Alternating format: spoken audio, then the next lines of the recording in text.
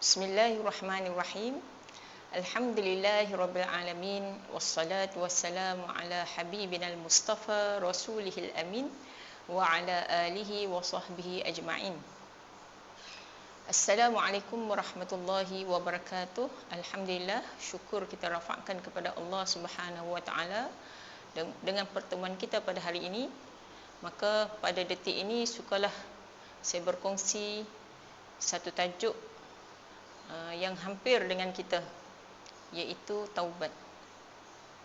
Ada satu kisah yang menarik berlaku pada Rajab yang telah berlaku kepada junjungan yang mulia Nabi Muhammad sallallahu alaihi wasallam dalam peristiwa Isra dan Mi'raj. Di mana dalam permulaan Isra dan Mi'raj, Nabi telah dibedah perutnya, dikeluarkan hati, dibersihkan dengan air Zam-Zam untuk dikeluarkan segala sifat-sifat mazmumah yang ada pada kebanyakan manusia. Lalu diisi dengan hikmah, dengan ilmu, iman dan kebijaksanaan. Untuk kita sebagai orang biasa, maka kita boleh mengambil pengiktibaran bahawa perjalanan orang yang soleh adalah bermula dengan pembersihan hati ataupun taubat. Perjalanan orang soleh adalah dengan taubat. Tidak mungkin perjalanan itu kita nak lakukan, perjalanan yang baik kita nak lakukan, tetapi kita tidak dahulukan dengan taubat. Maka di ketika ini, ketika kita akan menyambut gerbang Ramadan yang akan hadir beberapa hari lagi, maka marilah sama-sama kita memperkemaskan diri, kerana terdapat banyak peluang-peluang ataupun tawaran-tawaran yang Allah berikan, kebaikan yang sangat banyak. Tetapi kebaikan itu kita sediakan, kita siapkan dengan persiapan diri kita, dengan kita melakukan taubat, iaitu membersihkan diri kita daripada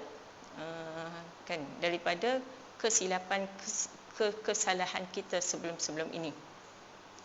Kalau kita lihat, taubat ini terbahagi kepada tiga. Rukun taubat terbahagi kepada tiga. Pertama, iaitu kita berhenti daripada melakukan kesalahan atau kesilapan tersebut. Ada orang dia tidak mahu berhenti. Dengan alasan apa?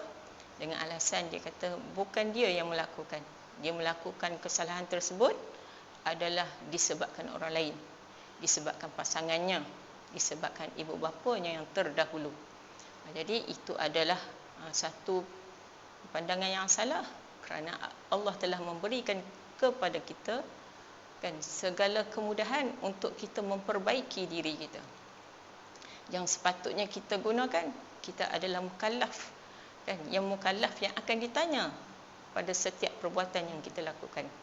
Yang kedua, hendaklah kita menyesal dengan apa yang telah kita lakukan.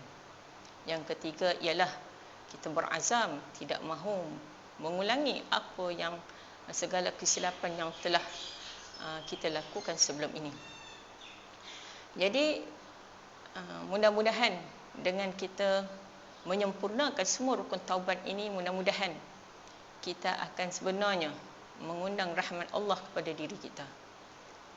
Tak kala kita cuba membersihkan diri, kita berikhtiar dan berusaha membersihkan diri kita, maka di situlah sebenarnya jalan Allah memudahkan perjalanan kita untuk mendapat rahmat dan kebaikan yang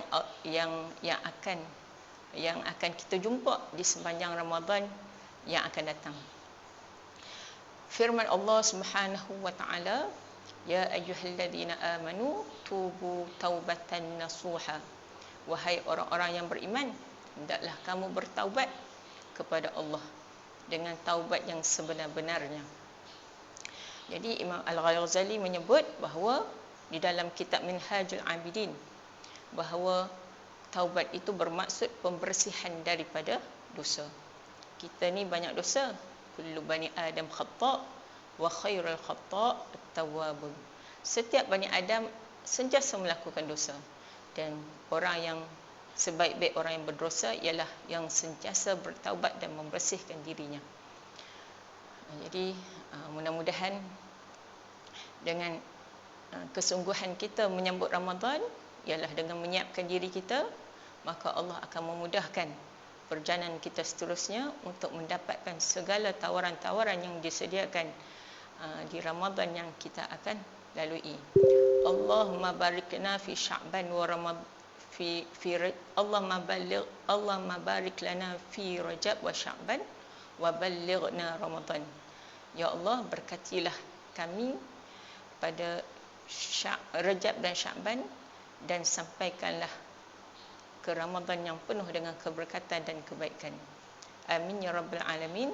Sallallahu ala sayyidina Muhammad wa ala alihi wa sahbihi wasallam. Assalamualaikum warahmatullahi wabarakatuh.